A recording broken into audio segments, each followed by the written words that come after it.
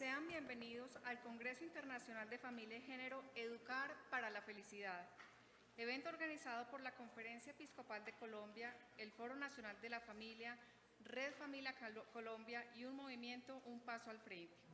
Con el apoyo y patrocinio de Ayuda a la Iglesia Necesitada, Fundación de la Santa Sede, Actitud E, Bilateral, Corporación Nacional Católica de Educación, CONACED, Hotel Cosmos 100, Goitia, Impao Institución Universitaria, Los Tres Elefantes, Maquila, Nutrir de Colombia, Paulinas, Plastitec, Propuesta Empresarial M&M Limitada, Universidad Católica, Universidad La Gran Colombia.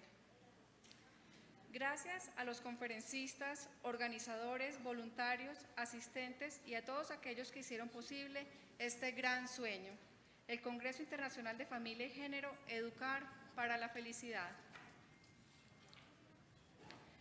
Es un gran desafío para la Iglesia, los educadores, terapeutas, líderes sociales y en especial para los padres de familia, defender la institución de la familia, velar por el derecho de los padres a educar a sus hijos de acuerdo con sus principios y valores y proteger el valor de la vida. En conclusión, asumir el reto de educar para la felicidad. Los estudios lo han demostrado. Serán vanos los esfuerzos para reducir la violencia, la corrupción, la depresión, el suicidio, la hiperactividad de los niños, el acoso escolar, la violencia juvenil y la discriminación, entre otros, si antes no se restablece la armonía familiar, que es donde está la causa de estos y muchos otros males que amenazan con hacer inviable nuestra sociedad. Nos acompañan en la mesa principal Su Excelencia Reverendísima Monseñor Ettore Balestrero, el Padre Daniel Bustamante, director del Departamento de Matrimonio y Familia de la Conferencia Episcopal de Colombia, doctora Gloria Naranjo, presidente del Comité de Ética para la Investigación Clínica, doctora Marta Miranda, doctora en Derecho, señora Marilupe de Anaya, fundadora de la organización Profesión Mujer, y la doctora Neidy Casillas, representante permanente ante la OEA. Bienvenidos y gracias por su invaluable labor.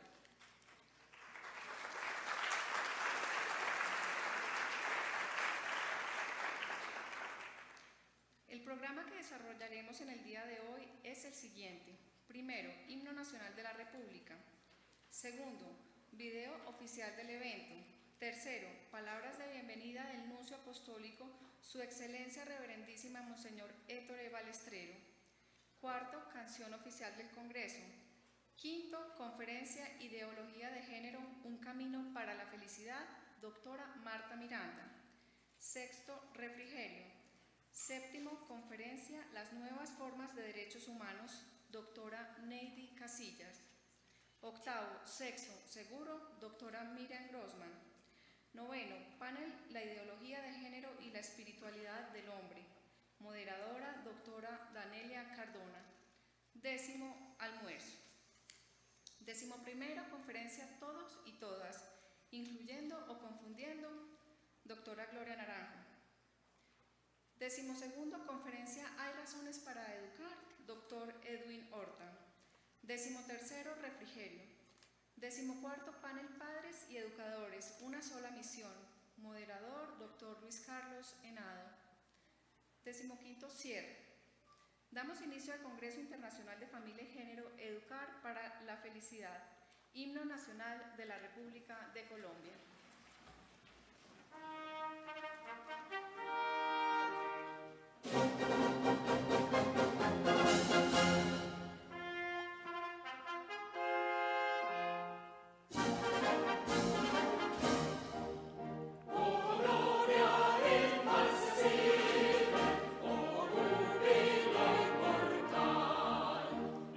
Sul poste dolores, de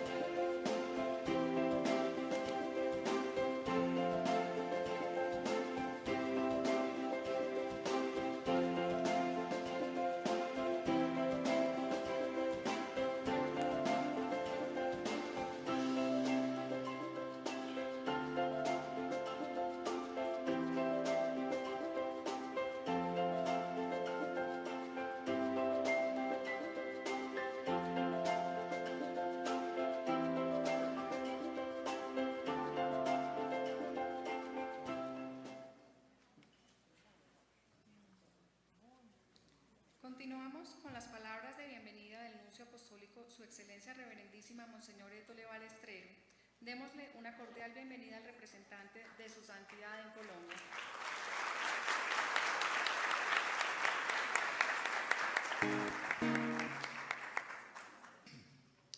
Antes de todo, tengo el honor y el placer de leer el mensaje que el cardenal Pietro Parolin, que es el secretario de Estado del Papa Francisco, en el nombre del Papa Francisco, ha enviado con ocasión, y por parte del Papa Francisco, ha enviado con ocasión de este Congreso, Educar para la Felicidad. Monseñor Luis Augusto Castro Quiroga, arzobispo de Tunja y presidente de la Conferencia Episcopal de Colombia. El Santo Padre saluda cordialmente a los organizadores y participantes en el Congreso Educar para la Felicidad y los anima a continuar trabajando sin reservas en la custodia y defensa de la vida humana en todas las etapas de su desarrollo, promoviendo los valores que ayudan a las familias en su vocación y misión en la Iglesia y en la sociedad. Con estos deseos, el Papa Francisco ruega que recen por él y por su servicio a la Iglesia, y a la vez que invoca la protección maternal de Nuestra Señora de Chiquinquirá, les imparte a todos la bendición apostólica, prenda de copiosos favores celestiales. Cardenal Pietro Parolin, secretario de Estado de su Santidad.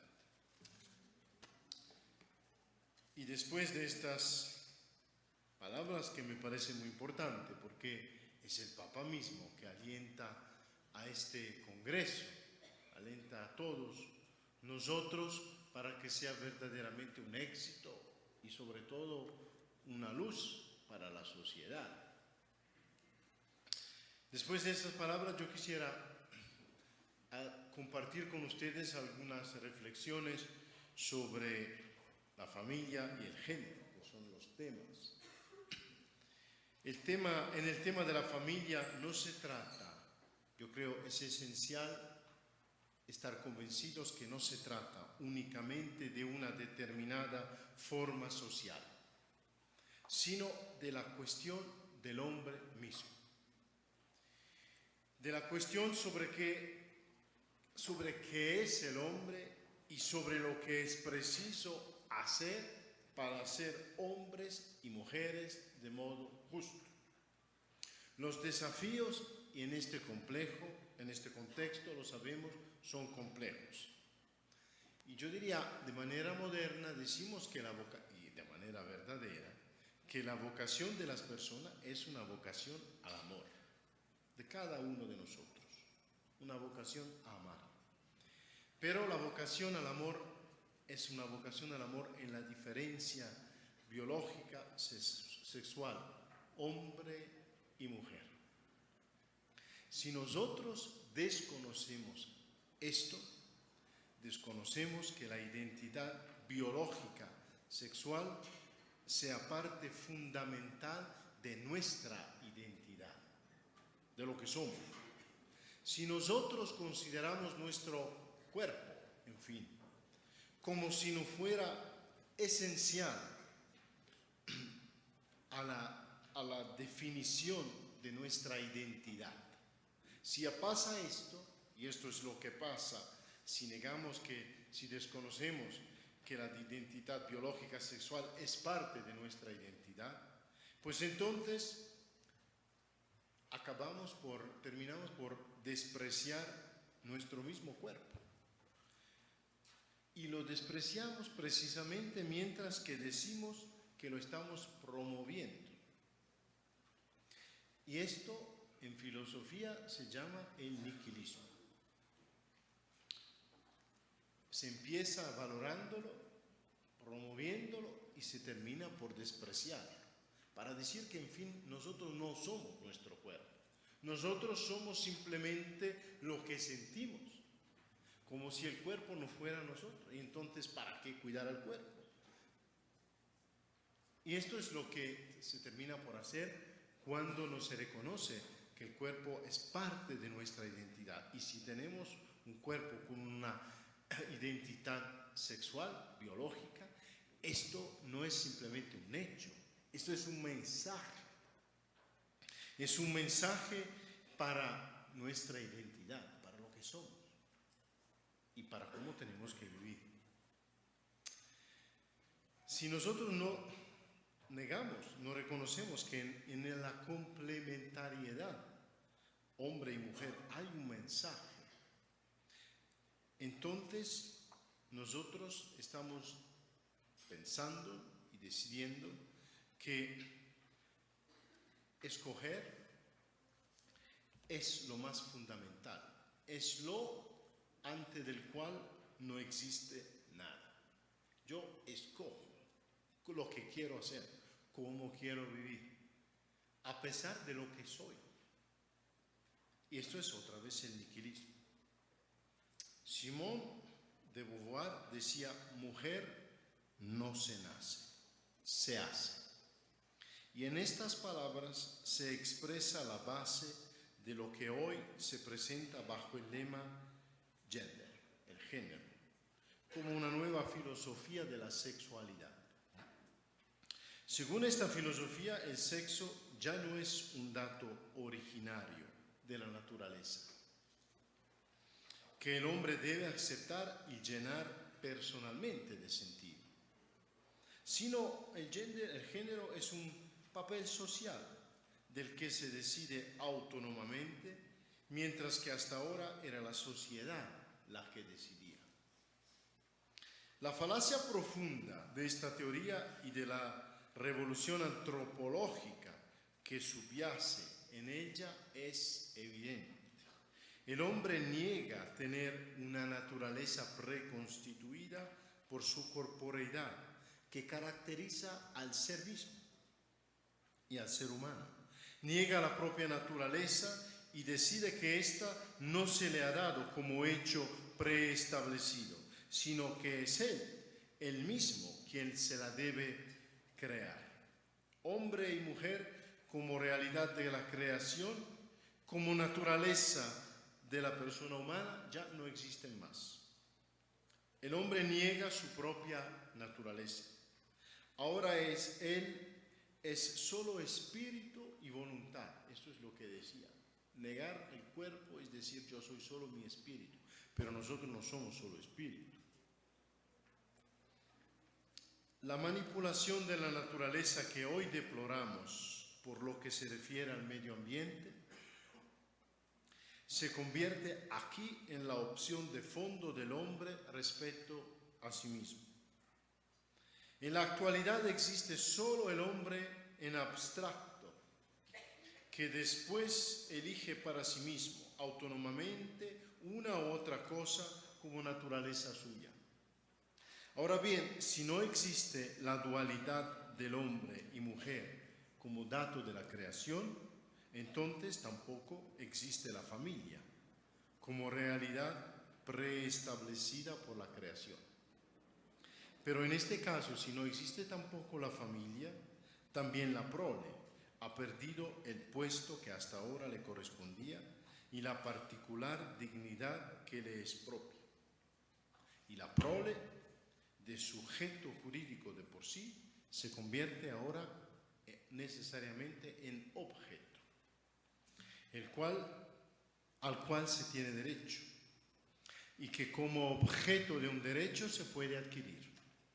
Allí donde la libertad de hacer se convierte en libertad de hacerse por uno mismo, se llega necesariamente pues a negar al Creador mismo, pero con ello también el hombre y la mujer como criaturas de Dios, y quedan finalmente degradados en la esencia de su mismo ser. Entonces, y lo vemos con el fallo, la sentencia de ayer de la Corte Constitucional, En la lucha por la familia está en juego el hombre mismo.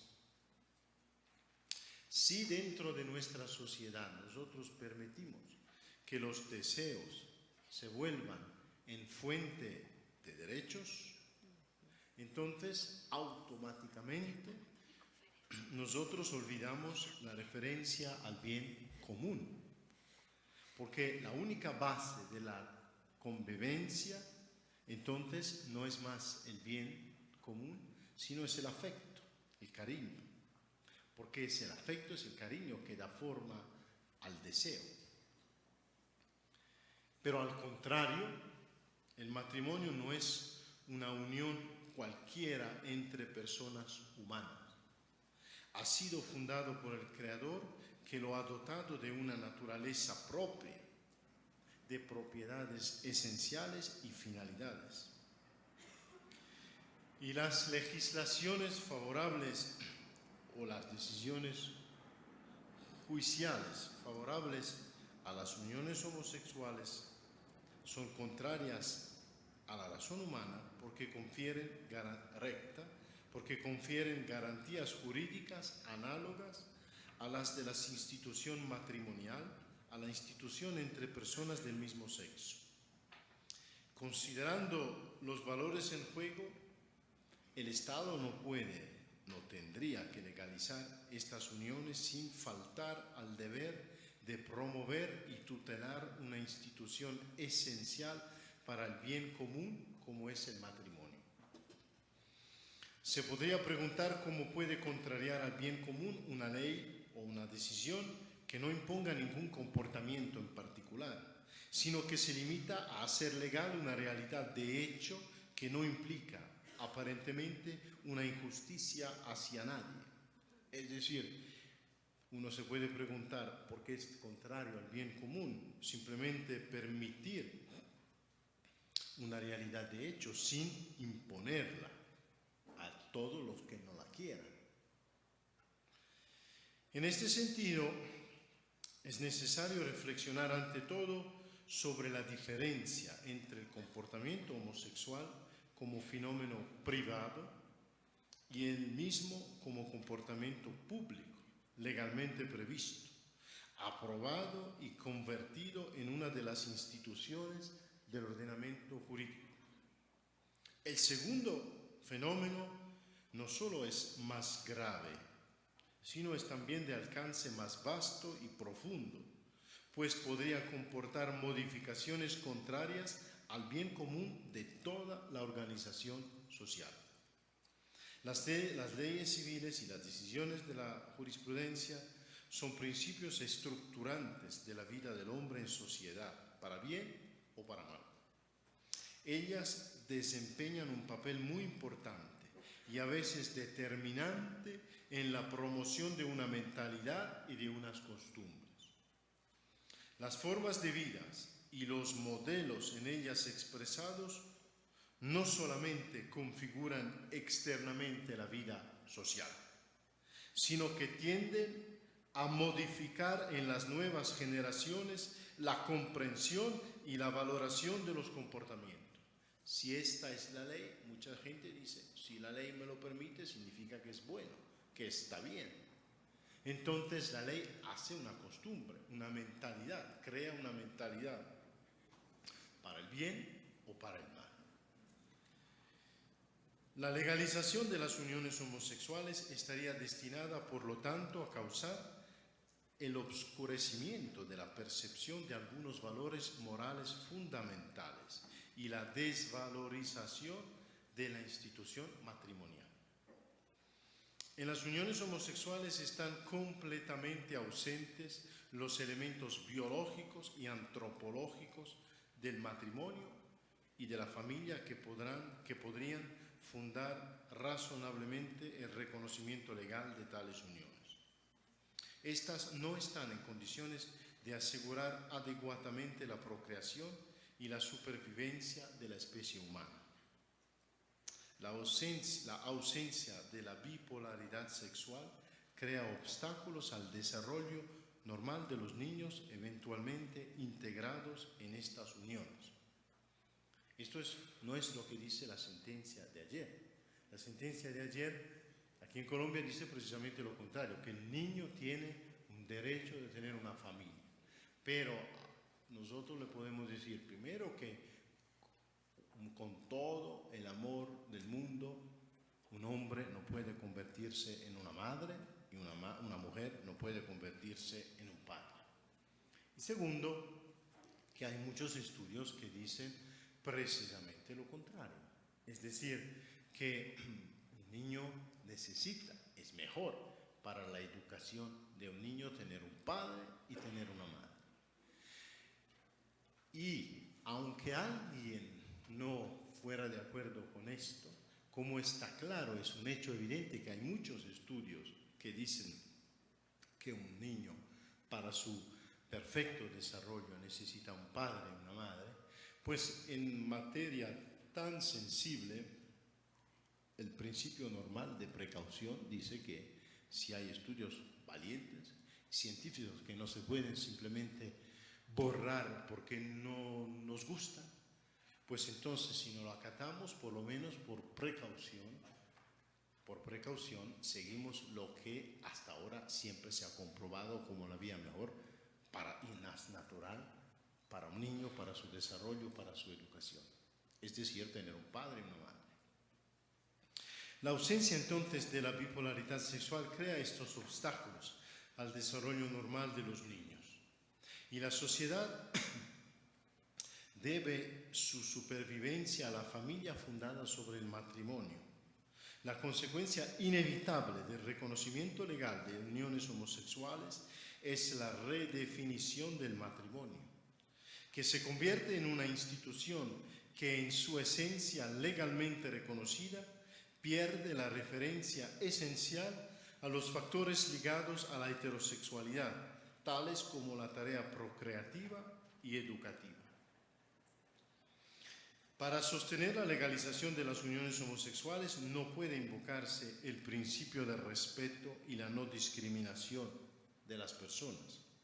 La Iglesia no está contra nadie, pero la Iglesia reconoce una experiencia del individuo, de los individuos y de la sociedad, por lo cual hay padres, madres, hombres, mujeres y niños. Y tener una pareja constituida por un hombre y una mujer y otra pareja por dos hombres o dos mujeres no es lo mismo. Y tratar de la misma manera situaciones diferentes, como pretende el matrimonio igualitario, es una discriminación. Esto es discriminación. Tratar de manera igual situaciones diferentes. Entonces, no atribuir el estatus social, distinguir, entre personas o negarle a alguien un reconocimiento legal o un servicio social es inaceptable solo si se opone a la justicia. No atribuir el estatus social y jurídico de matrimonio a formas de vida que no son ni pueden ser matrimoniales no se opone a la justicia, sino que por el contrario es requerido por la justicia.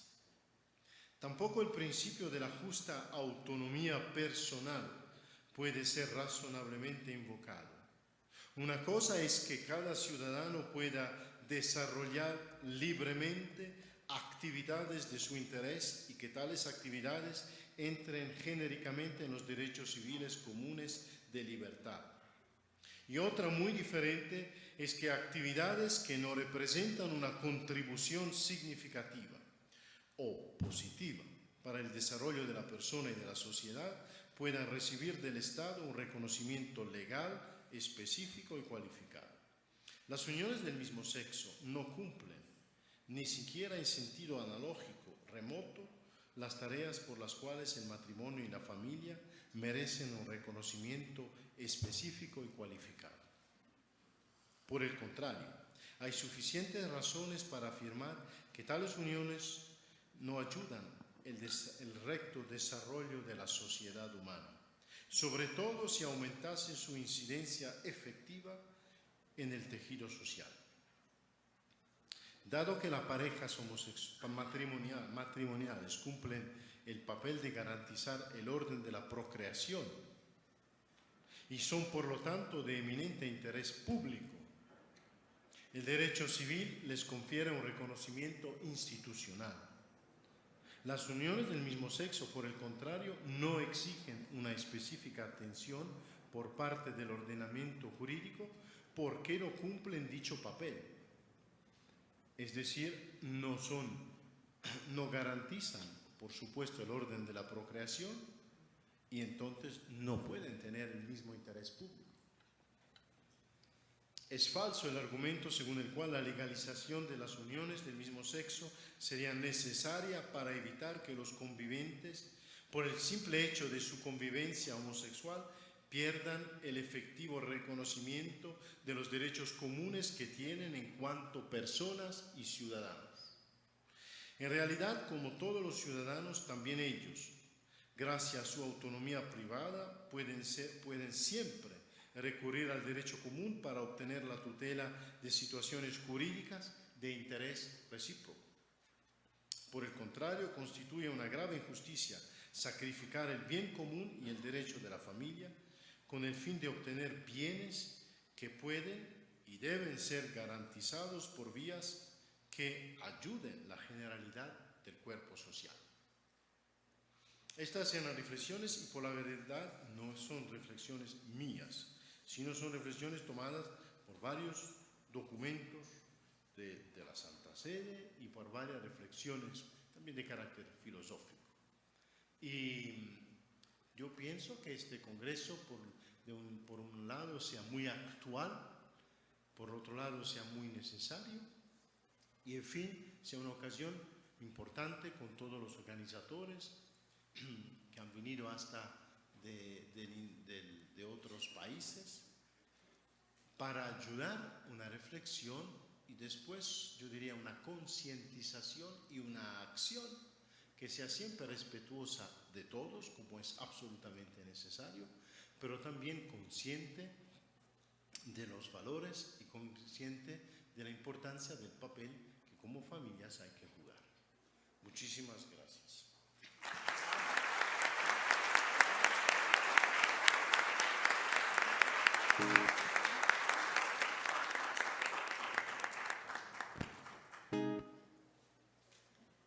Gracias, Monseñor Ettore Balestrero. Gracias por esas reflexiones tan llenas de significado, no solo para los católicos, sino también para toda la sociedad. Les agradecemos no entrar alimentos ni bebidas al auditorio y, en lo posible, no reservar puestos porque hay personas que están afuera esperando conseguir un puesto. Gracias. A continuación, la canción oficial del Congreso. Esta canción nace de la iniciativa de Isabel Arango, estudiante del Colegio Nueva Granada de Bogotá. Hace parte del grupo Rosario de los Niños por los Niños. La acompañan Héctor Tobo, Héctor Posada y Sara Campuzano. Bienvenidos.